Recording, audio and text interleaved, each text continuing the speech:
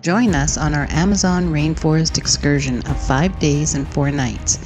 We departed Quito, Ecuador around 11 p.m. by bus. The entire journey, including stops and breakfast, took around 11 hours, with limited sleep. As you can see, it was raining heavily, which is forecasted to persist throughout our stay at the lodge. Despite this, we are committed to making the most of the experience. Our group of 11 individuals will be heading to the Dolphin Lodge, and there is palpable excitement amongst the participants. We stopped to observe an anaconda coiled on a branch. People, the female is the biggest. The female is more than 9-10 meters. And the male is the smallest, only 2.5 meters. That's why we call the queen of the Amazonia. Seeing the anaconda marks a promising beginning to our Amazon expedition. We were not the only group traveling the river this morning, heading to a lodge filled with great anticipation. The rains have stopped and the skies have cleared. At the dock, we spot red howler monkeys across the river in the trees. There are several monkeys foraging on the leaves. They are a far distance away and hard to see with the naked eye. But with our 300mm lens, we're able to bring them in closer.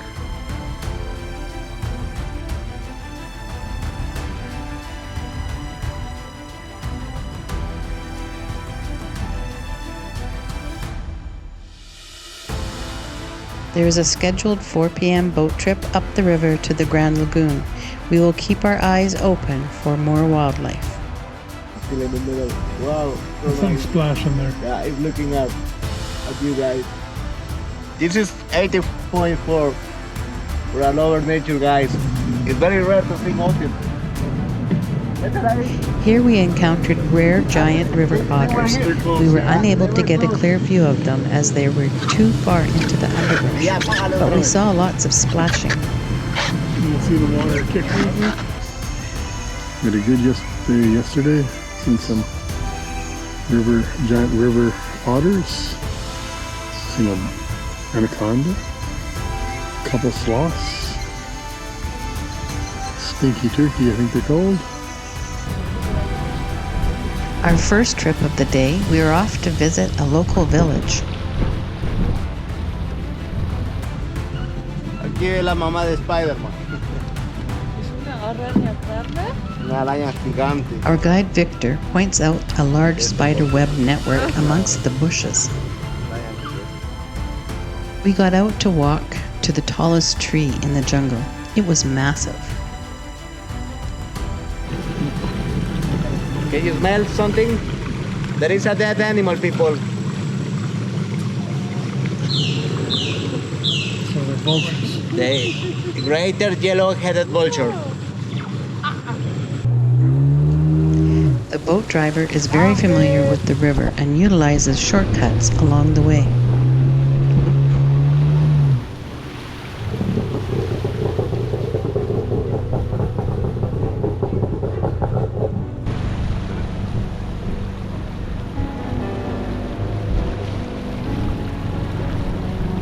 When we arrived at the local village, the first encounter was a capybara.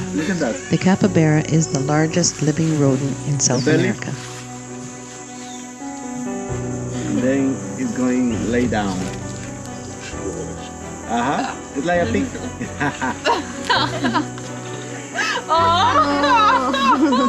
It's crashing. Very gentle.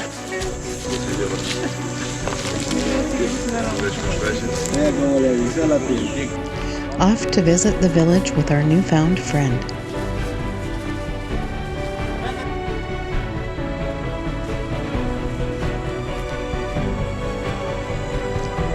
The villagers are expecting us as they have their wares displayed out so that we may purchase something. We did purchase a couple of parakeet keychains.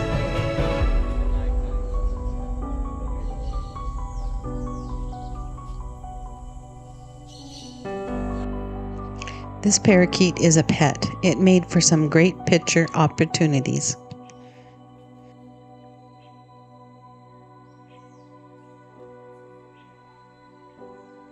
Parrot. What do you call it?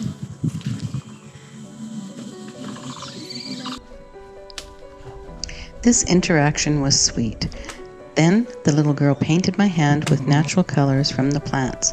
Victor explained how the villagers use local plants in their day-to-day lives for body paints, medicines, or teas.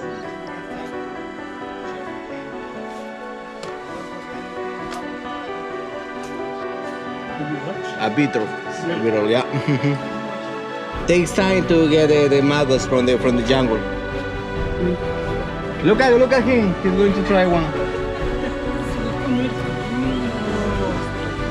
No se le saca la cabeza. No, de hecho algunos le sacan, otros no, pero la cabeza es crujiente, sabrosa. How was it? I've had one. Yeah. The villagers provided us with some typical snacks made from fruit they grow in the village. We had sugarcane, banana chips, papaya, and fried yucca chips. We enjoyed all of them. So there's the maggot barbecued.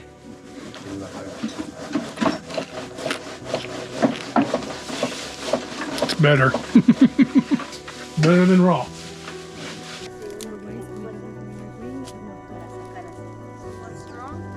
Next, we followed our host out to the garden to harvest the yucca plant. Here we all pitched in, pulling the yucca root or peeling it to take it back to the kitchen where we would learn how to make their bread.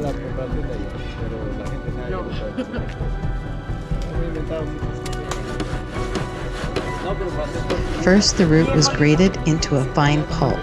We took turns grating the yucca plant, being very careful not to cut ourselves on the very sharp homemade grater.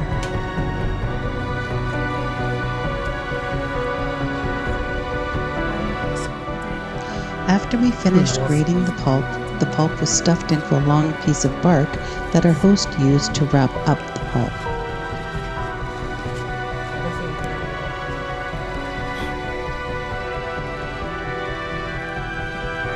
The bark was mounted on a stick, and she twisted the bark until most of the liquid was removed from the pulp.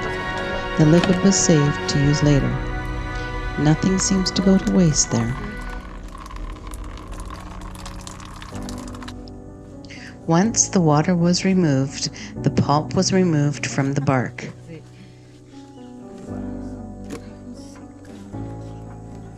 Pulp was then sifted through a homemade sieve mat.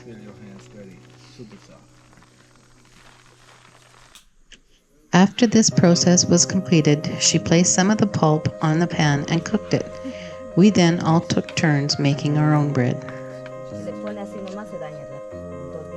Composition of this bread during a month. Yeah, you were saying it. Pizza de la selva. Jungle pizza. Nothing to it, she says. Yes, manual. Our subsequent activity was to visit the shaman. Shamanism may be inherited through family lines or acquired via specific training and initiation. Shamanic practices typically encompass spiritual guidance, healing rituals, and a connection with the spirit world. The shaman discussed various herbs and medicines derived from local plants. He identified the plants and explained their potential uses. Here we are sampling a commonly used medication and giving thanks to Mother Earth. Gracias, Pachamama. Ya traes a tu chica y viven juntos. Gracias, Pachamama. Cindy volunteered to use the stinging nettle plants slapped across her knees to provide pain relief in the long term. In the short term, it was painful. She was left with a rash on her knees.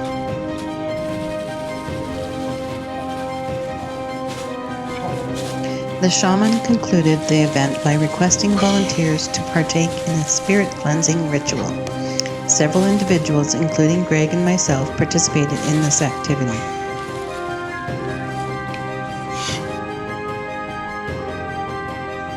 We enjoyed our time spent with the shaman and found the shaman's practices to be fascinating.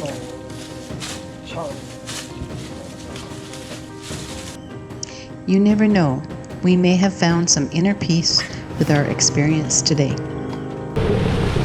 After the shaman, it was time to leave the community and go back to the lodge.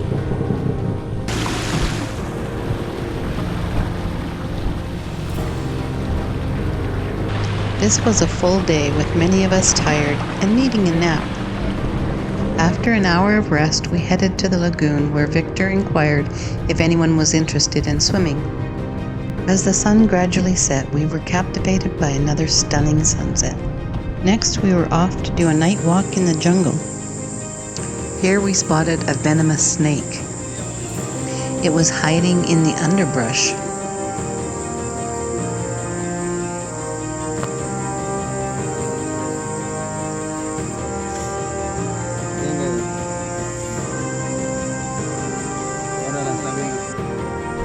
A little farther on our walk, we found a tarantula spider.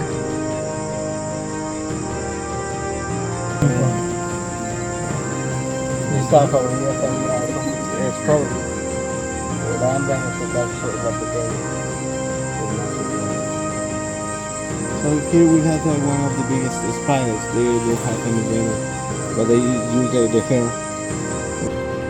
Here we have a tree frog.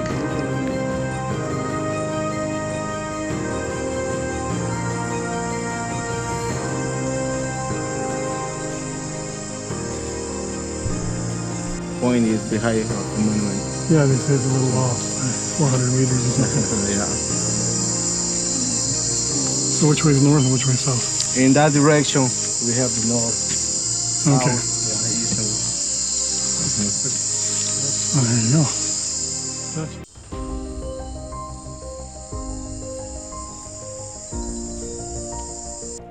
This morning, we have these nice young ladies paddling us to our daytime walk through the rainforest. Yeah.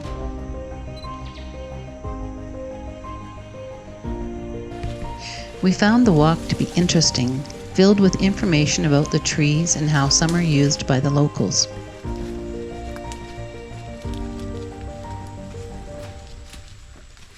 We encountered lots of mud holes that we had to traverse, and some were a bit deeper than our boots were tall. Very spiky tree again. There's quite a few of them.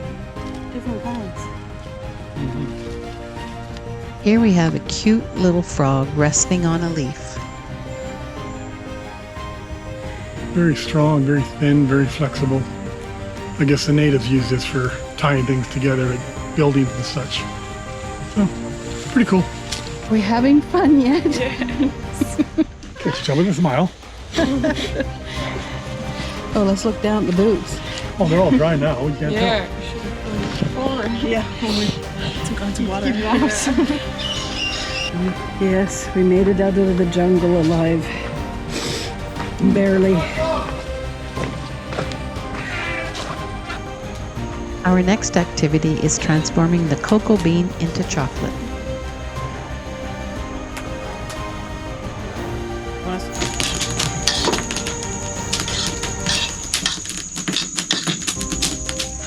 And now can you pass me the water?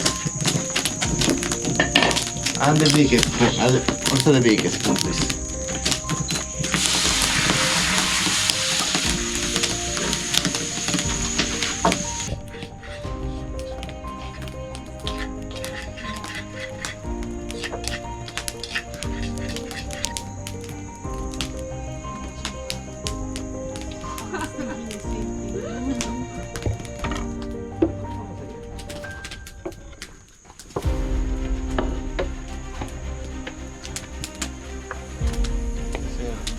Final for 70. All right, you didn't taste it.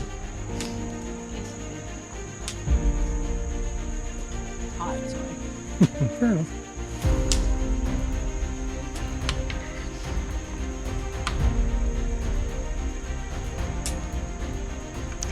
Another tour group sighted an anaconda, which provided us a unique opportunity to observe this Amazon giant. The anaconda was coiled on a tree in the Grand Lagoon. We were informed that this anaconda measured between 4 to 5 meters in length. It was indeed an impressive experience, especially to witness such a creature in its natural habitat.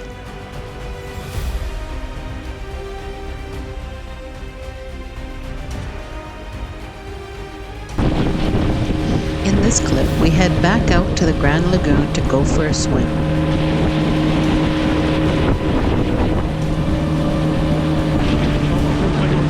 We are hoping not to see any more anacondas in the water.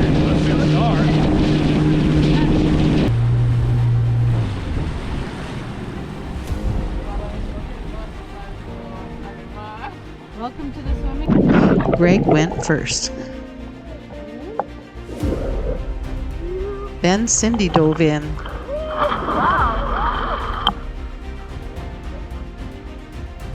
Cindy pretended to get attacked to scare the girls who were not yet in the water.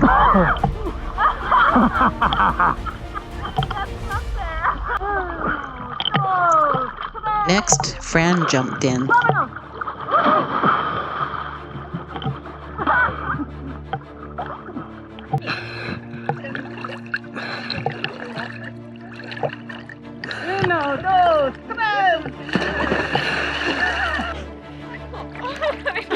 Finally, it was Elise and Carla's turn to jump in.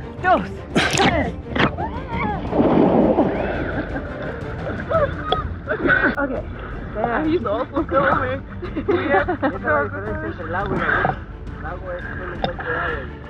One more. Oh, sorry. Swimming in. Just in case it doesn't turn out.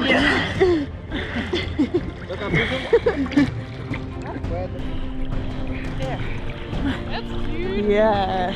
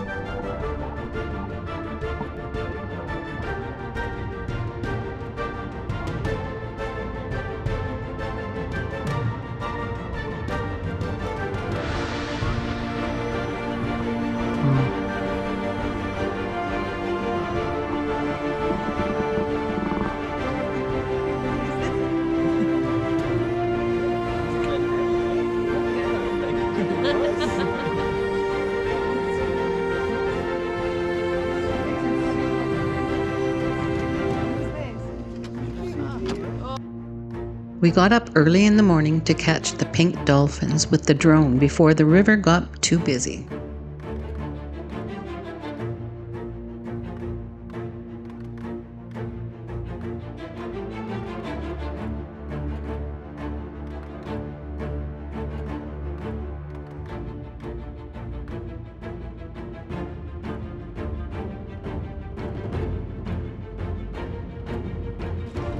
On day 4, we said goodbye to most of the crew that came out with us, and we went paddling off to explore another lagoon. Unfortunately, with the rain, there wasn't too much to see.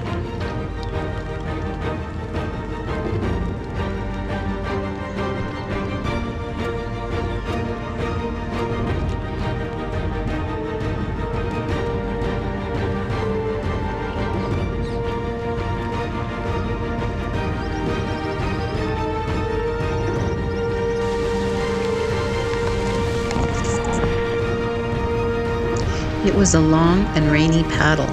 This activity lasted about 4 hours, with most of it being in the rain. So you get the desired effects. It's wet. Oops. How come you're not going?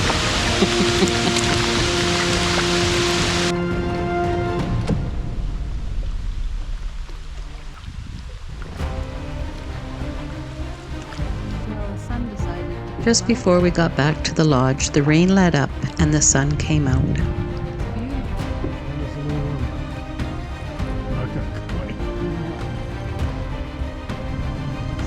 We head to Cayman Lagoon in a motorized boat for one last sunset.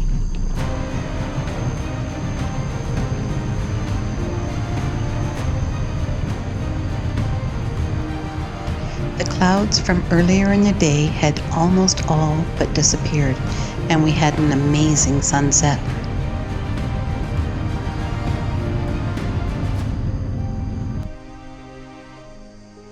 After sunset, we searched the waters for caimans.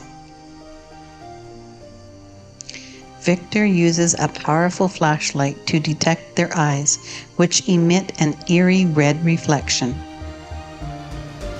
Almost right away, Victor's flashlight spots a caiman's eyes. We approached slowly to not frighten the caiman off. We could see a big head, and eventually the caiman showed his large body.